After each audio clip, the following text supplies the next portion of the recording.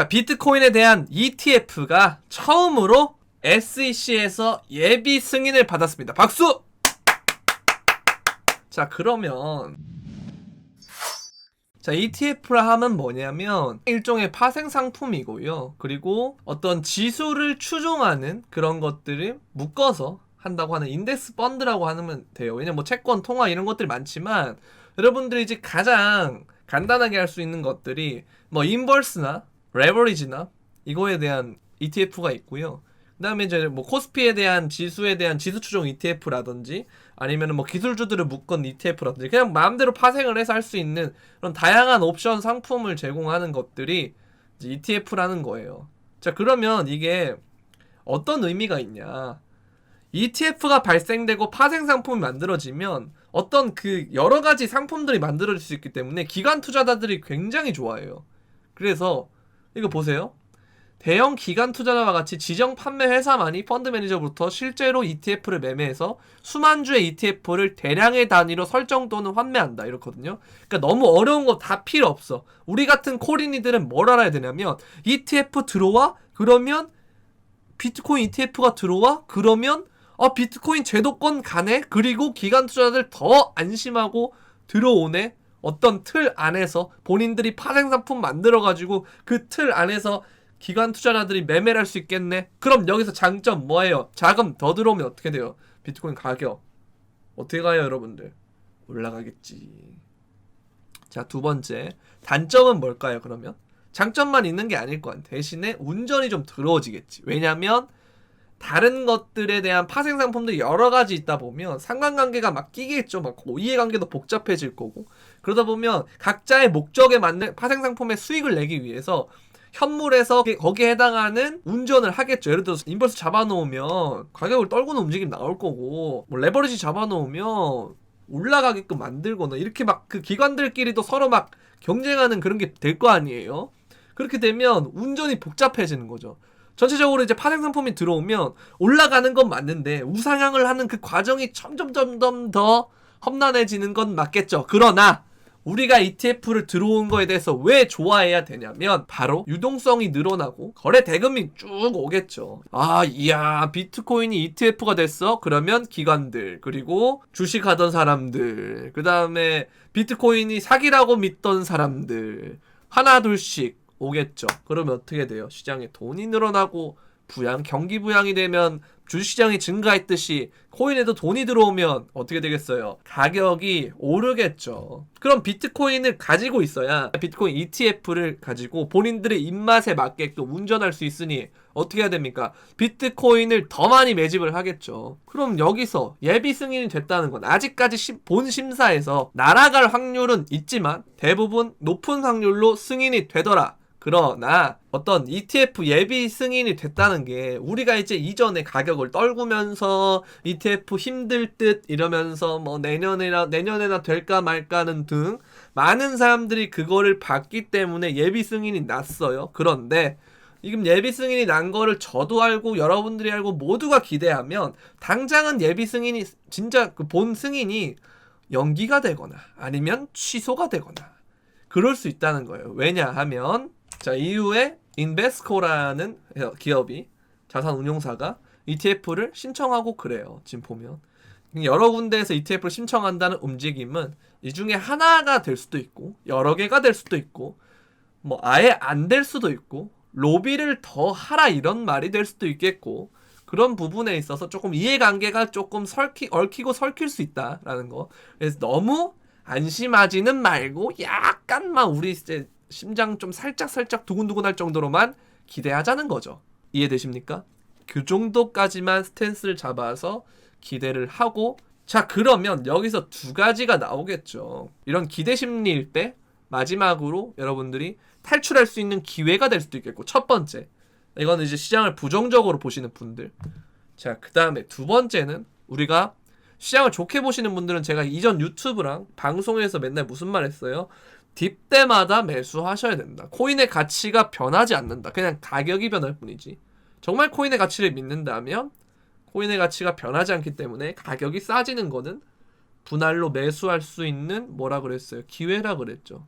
쌀 때 사고 비쌀 때 파는 게 투자니까. 그래서 그런 관점으로 보시는 분들은 이제 어느 정도 딥대 잡으신 분들이 있겠죠. 이번 딥대. 그러면 그 분들은 이런 걸 보고 내가 판단했던 것들 혹은 예측하고 예상했던 것들이 나름 정말 현실화가 되고 그렇게 될 수도 있겠구나라는 기대 심리를 가지고 엉덩이를 딱 붙인 상태에서 밀고 나가는 거죠. 쭉 무쏘의 뿔처럼 우직하게 밀고 나가는 겁니다. 그럼 두 가지 관점이 모두 좋은 거예요. 내가 탈출하고 싶어 죽겠는데 비트코인 가격이 올라주니 탈출하면 되는 거고, 두 번째, 가치가 있다고 판단하시는 분들은 쭉 밀고 나가시면 된다는 거예요. 이해되시죠? 그렇게 보시면 되는 거고, 이런 두근두근 거리는 정도만 유지하고 너무 들뜨지 마세요. 너무 들뜨지 마시고, 아직까지 진짜 승인이 난 건 아니기 때문에 그런 부분에 있어서는 조금 그냥 뭐 간질간질하게 그냥 두근두근 정도만 하고 심장 쿵쾅쿵쾅 정도만 하고, 너무 막 이렇게 막 기뻐가지고 막 소리치고 뭐 밖에 나가가지고 뭐 이거 보라면서 ETF가 뭐 어쩌고 저쩌고 할 필요도 없는 것이고, 주변 사람들에게도 뭐 할 필요도 없는 거예요. 이해되십니까? 그냥 마음속으로 가치 투자자들이라면 나는 그래도 이 시장이 비전은 있구나. 두 번째, 물리신 분들은 나에게도 탈출 기회가 생겼구나. 이런 것들을 관점으로 접근하시면 될 것 같아요. 그러면 이제 우리가 이걸 딱 가지고 비트코인 차트를 한번 보시죠. 보면 제가 어제 말씀드린 게요, 이게 너무 유사해 보인다 라고 그랬어요. 이게 수렴이 이탈을 하려면 뭔가 거래량이 유의미하게 뜨면서 팍 내려갔어야 되는데 이게 아니었다. 그러면서 제가 이제 의심이 가면서 뭔가 이런 모습이 비슷한 프랙탈로 일어나지 않을까라는 생각이 들었었거든요. 자, 그러면 우리가 정말 이게 프랙탈이라고 가정을 해보죠. 그럼 우리는 어떤 움직임을 조심을 해야 되냐면 이 움직임을 조심해야 돼요. 여기서 이렇게 뚫고 이런 움직임으로 다시 올 수도 있거든요. 이런 겁주기로. 왜 그러냐면 그동안에는 이 숏이 계속 펀비를 내는 상황이었어요. 제가 숏 펀비를 어제 말씀드렸는데 그게 무슨 말이냐면 공매도 포지션 가격이 하락할 것이다, 미래 가격이 뭐라고요? 떨어질 것이다에 배팅을 하는 사람들이 공매도 포지션을 잡는데, 공매도 포지션 너무 많이 잡으면 롱 포지션을 사람들이 잡지 않겠죠. 그러면 거기에 대해서 많이 잡은 비율만큼 특정한 펀비 계산식에 의거해서 공매수를 잡은 쪽에게 일정 시간마다 펀비를 내는 방식입니다. 그런데 지금 이게 보시면 밑으로 떨어진 게 공매도 애들이 공매수로 펀비를 준다는 거거든요. 그러니까 이 하락 때부터 쭉 이렇게 보시면 계속 숏이 펀비를 내고 있었던 거예요. 공매도 세력이. 이 부분 때문에 이러한 움직임이 나왔을 수도 있거든요. 그래서 과거에를 한번 돌아보면은 과거에도 이러한 움직임이 있었어요. 이러한 움직임. 그러고 여기서 한 방 쏘고 난 다음에 다시 떨어졌거든요. 그러니까 이러한 무빙을 조심해야 된다는 거예요, 우리가. 아직까지는. 그러면 우리가 일단 기대감은 갖되 너무 흥분하지 말자는 게, 포모가 와가지고, 그러니까 포모라 하면 내가 안 사면 뭔가 날 놓치고 갈 것 같은 그런 증상을 막 와가지고 하는 게 아니고 좀 기다려보자는 거죠. 기다려보자라는 거. 밑에 받으신 분들은 그냥 엉덩이 딱 붙이고 있으면 되는 거고, 위에서 물리신 분들은 제가 말씀드렸죠. 올라오면 이런 무빙 뜨면, 급등하는 만약에 무빙이 뜨면 그때 그분들은 어떻게 해야 돼요? 탈출. 원칙대로. 이제 갑자기 올라오니까 마음이 바뀌신 분들은 일단 조금이라도 터세요. 정말 이거 코인 가는 거 아니야? 싶으면 여러분들이 그 인간 지표가 될 수 있어요. 아시겠죠? 그래서 일단 그분들은, 왔다 갔다 하시는 분들은 일단 조금 안전하게 조금이라도 털어내시는 게 좋습니다. 자, 그동안 이 구간마다 못 털어서 얼마나 후회하셨어요. 그렇기 때문에 그분들은 올라오면 털어야지 했겠지만 지금 이렇게 막상 올라왔는데 못 털고 계실 거거든요. 그런 분들은 중에 시장에 대해서 부정적으로 보셨던 분들이기 때문에 어느 정도는 좀 터시는 거를, 자, 이제 시장에 대해서 뭐 소식들을 한번 체크해 볼게요. 자, 글로벌 중개 기업 인터랙티브 브로커스가 암호화폐 시장에 대해서 본격적으로 진출할 계획이래요. 그래서 보면 하나둘씩 자꾸 기업들, 기관들 막 시장에 진출을 해요. 대부분의 트레이더들은 시장이 끝났다, 추가 하락한다 뭐 이런 걸 보지만 이 사람들은 계속 들어와요. 그리고 마이크로 스트래티지는 빚을 내서 투자를 하고 있고 B2를 하고 있다. 기관이 뭘 해요? B2를 하고 있다. 자, 이런 거는 조금 뭔가 의미가 있지 않나라는 생각이고, 자, 그 다음에 채굴을 금지했다는 주장 역시 그런 것들도 슬슬 녹색 프로젝트 친환경을 위해서 완화하는 움직임을 보인대요. 그러니까 채굴에 대한 움직임에 대한 버드가 점점 그 악재가 해소가 되고 있다라는 움직임을 해석하시면 될 것 같고요.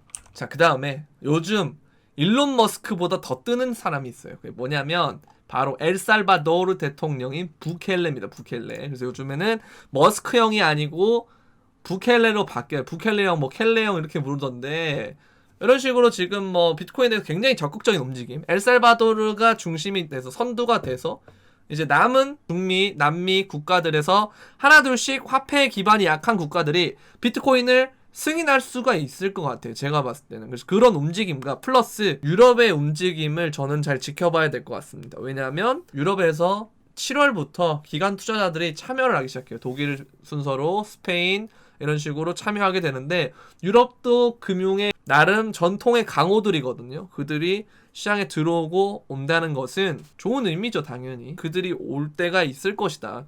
7월 8월 이때쯤 되면 그들이 들어올 것이다 라는 것들, 이런 걸 체크해 보시면 되겠고, 자, 그리고 요즘 실버트 형이 신났어요. 보니까 나의 2014년 예측, 한국가가 세금으로 비트코인 받아들이기 시작해. 엘살바도르 얘기하는 거죠.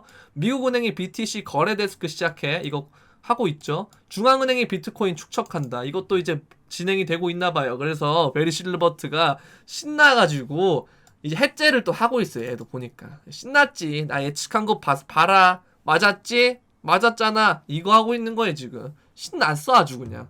응? 그리고 보시면 2013년에도 나는 비트코인의 해가 될 거야 라고 그랬어 라는 거죠. 찾아보라고. 그래서 2014년에 실제로 비트코인이 엄청 올랐거든요.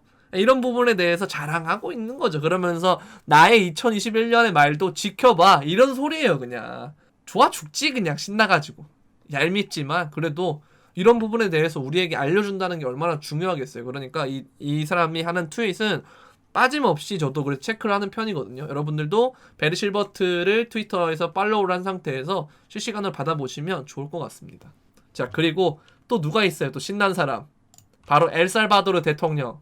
누굽니까? 바로 부켈레. 부켈레 형이 또 비트코인 법화 인정한 게 12,000년 화폐 역사 중 중대 사건이다. 그 중대 사건을 내가 했다 이거지. 난리 났어요 지금 좋아가지고. 근데 이럴 때 너무 신날 때 조심하긴 해야 된다는 거, 그런 것들 잘 지켜보셔야 될 것 같고, 그 다음에 자, 아크 인베스트 ETF가 첫날 그레이스케일의 비트코인 55만 6천 주와 그리고 코인베이스 주식 19만 2천 주를 매수를 했대요. 엄청나게 매입을 했죠. 그러니까 여기 캐시우드라는 사람이 아크 인베스트의 대표인데, 돈 남은 누나라고 많이 불러요. 이 누나가 비트코인 얼마까지 간다 그랬게요? 바로 50만 달러 간다 그랬어요. 거기에 맞게끔 지금 행동하고 있는 겁니다. 어떤 뭔가 확신이 있나 봐요. 이 사람은 계속 비트코인 내에서 사고 있습니다. 아크 인베스트가 대표적인 비트코인 우호론자입니다. 악재가 나올 때도 계속 비트코인 내에서 좋은 스탠스, 자기의 예측은 변하지 않았다 이런 말을 계속 했었거든요. 이런 것처럼 여러분들이 지금 봤을 때 이 사람이 스탠스에 대해서 신뢰도가 간다면 아크 인베스트를 찾아보는 것도 좋을 것 같아요. 아크 인베스트가 테슬라로 요번에 수익을 많이 냈거든요. 물론 지금 테슬라가 주가가 주춤하고 하락세라서 그런 부분들을 좀 어느 정도 반납한 건 있지만, 나름 테슬라가 주목받지 않았을 때부터 아크 인베스트는 그런 거를 원석을 발굴하고 해서 되게 유명해졌기 때문에 비트코인도 그런 관점에서 보면 좋지 않을까라는 생각입니다. 자, 이거 보시면 비트코인 선물 숏 포지션이 청산 규모가 감소하고 있대요. 그러면서 향후 2주간 비트코인 가격이 오를 수 있다라는 의미로 이렇게 글래스노더에서 이런 지표를 줬는데, 나름 일리가 있다고 생각합니다. 지금 너무 많은 사람들 혹은 트레이더들이 하방을 계속 보고 있기 때문에 이런 것들에 대해서 좀 역으로 갈 가능성이 저는 있다고 좀 생각하거든요. 그래서 그런 부분들 좀 신경을 쓰되, 너무 많은 올인은 안 되는 것 같아요. 그러니까 숏에도 너무 올인하면 안 되고, 그러니까 하락에 너무 배팅을 해도 안 되고, 상승에 너무 배팅을 해도 안 되고, 지금은 항상 중심을 잡고 천천히 이렇게 개미에게 무기는 시간이니까 조금씩 들어가신다든지, 그것도 현물로 그렇게 해보시는 게 좋지 않을까라는 생각이에요, 저는. 자, 업비트를 보시면 이 잡코드의 릴레이를 하고 있지만 중요한 건 뭐냐면요, 보시면 체크해야 될 게 비트코인 도미넌스가 계속 오르고 있어요. 근데 비트코인 도미넌스가 오를 때 보통 비트코인이 그동안 하락하면서 알트들이 더 떨어지면서 비트코인 지분율이 올라가는 그런 상황이었지만 이번에 이 과정은 비트코인이 올라가면서 알트코인 생각보다 덜 올라가서 비트코인 도미넌스가 올라가는 형태로 가고 있거든요. 이거는 굉장히 중요한 점을 시사합니다. 왜냐하면 그게 언제 또 그랬냐면요. 비트코인이 이때였어요. 2020년 한 10월부터 2021년 1월 정도까지, 1월 초까지. 그럼 그때 비트코인 가격을 봐야겠죠? 자, 보시면 이쯤부터라는 거예요. 이 정도까지. 급속한 비트코인의 상승을 보일 때 그런 움직임이 나왔다는 거기 때문에 지금 이런 움직임이 나왔다는 것은 여러분들이 봤을 때 좀 체크를 해봐야 돼요. 제가 그래서 여러분들한테 계속 떨어질 때도 물려도 어디에 물리라 그랬어요. 차라리 비트코인에 물리는 게 좋다라고 한 게 이러한 움직임이 나올 수 있기 때문이에요. 그래서 이런 지금 움직임들을 좀 잘 체크를 해보셨으면 좋겠고, 기관들은 지금 비트코인, 이더리움 그리고 알트코인을 사도 메이저 알트코인들 위주로 사고 있다는 거, 그런 부분들 체크하셨으면 좋겠습니다. 자, 도움이 되셨다면 구독과 좋아요, 알림 설정 그리고 댓글까지 부탁드리겠습니다. 그럼 안녕.